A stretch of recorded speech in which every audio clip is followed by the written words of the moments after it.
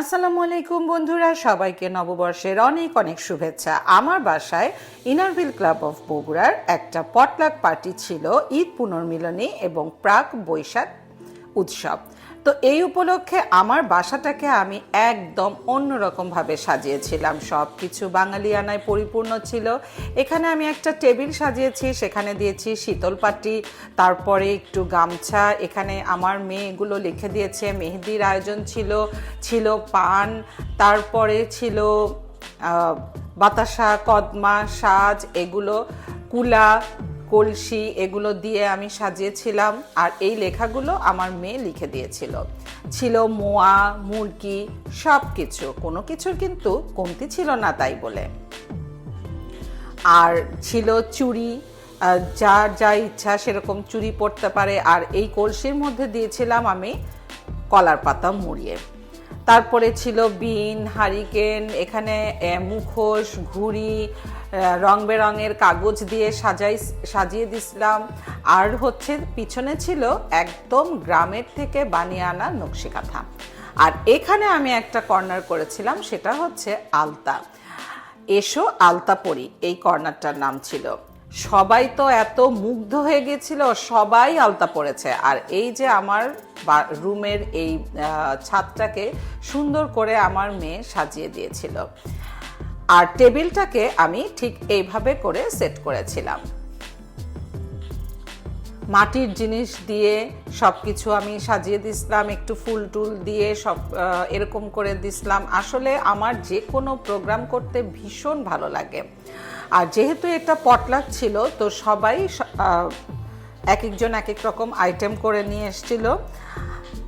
আর এখানে কিছু হাতের ফুলের বালা দিয়েছিলাম সবাইকে এটা পরানোর জন্য। আর সবাইকে ড্রেস কোড দিয়েছিলাম কাতান শাড়ি। বিকেলের নাস্তায় ছিল পাতাকপির পাকোড়া, মিষ্টি, গাজরের হালুয়া, তরমুজ, ডাবের পুডিং আর লাল চা। এগুলো দিয়ে আমরা বিকালের নাস্তা সেরেছি। আর হরেক রকম খাবার ছিল, ডাল, খাসির মাংস, গরুর মাংস, বেগুন ভাজি, আলু ভর্তা, বেগুন ভর্তা, তারপরে সালাদ, তারপরে মুরগি, তারপরে শাক চচ্চড়ি, তারপরে পাতলা ডাল, মুড়ো ঘন্ট, ভাত, মাছ ভুনা, সন্দেশ, মিষ্টি, দই, তারপরে ছিল কোমল পানীয়, আলুর চপ, নানান রকম আইটেম। এক একজন এক এক রকম আইটেম আমরা সবাই করেছিলাম।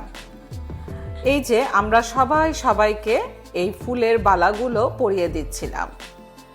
আমরা কিন্তু আমাদের ক্লাবে সোশ্যাল ওয়ার্ক করি, আত্মমানবতার সেবায় আমরা সবাই নিয়োজিত, কিন্তু সেই সাথে আমরা মাঝে মাঝে এরকম আনন্দ উৎসবও করি।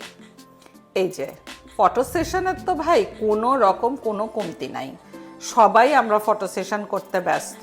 আসলে এখনকার উৎসব মানে তো উৎসবের পাশাপাশি ছবি না তুললে হবেই না। আর আমরা আমাদের সব বন্ধুরা, আমরা বয়সের মানদণ্ড সবাই ভুলে যাই যখন আমরা সবাই একসাথে হই। আমাদের মনের সুখে আমরা নাচতে থাকি, গাইতে থাকি, আনন্দ করতে থাকি, এত মজা করি। আর সবাই আমাকে এত বেশি ভালোবাসে। আর এই বৈশাখ উৎসব করব আর এসো হে বৈশাখ গাইবো না, তা তো হবেই না। তো আমরা সবাই একটু এই গানটা গাওয়া শুরু করলাম।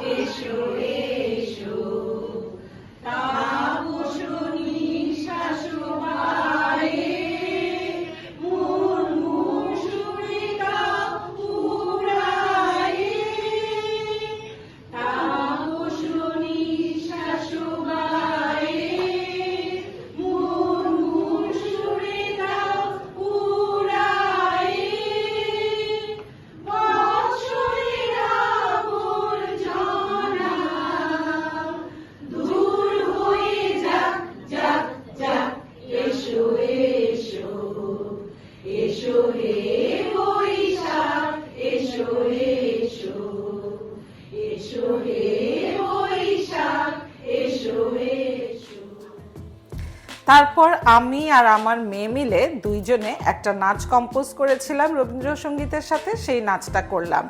বাই দ্য ওয়ে, আমার মেয়ে কিন্তু আমার হলুদের শাড়ি পরেছে। কেমন হয়েছে বিষয়টা বলুন তো? 24 বছর পর এই শাড়িটা আমার মেয়ে পরলো। আমার খুব ভালো লেগেছে আমার মেয়ে এই শাড়িটা পরেছে। তো যাই হোক, এই নাচটা আমরা করলাম, সবাই খুব এনজয় করেছে। একটা ছোট্ট সাংস্কৃতিক অনুষ্ঠান ছিল, গান ছিল, নাচ ছিল, আমাদের দুজন সদস্য আবৃত্তি করেছে। তো এই সাংস্কৃতিক অনুষ্ঠানটা আমরা সবাই মিলে খুবই আনন্দ করেছি। তারপরে আমরা একটা ফ্যাশন শো আয়োজন করেছিলাম, সেই সাথে ছিল বালিশ খেলা। তো বালিশ খেলায় আমি অংশগ্রহণ করতে পারিনি, কারণ আমি তখন খাবার দাবার গুছানোর কাজে একটু ব্যস্ত ছিলাম।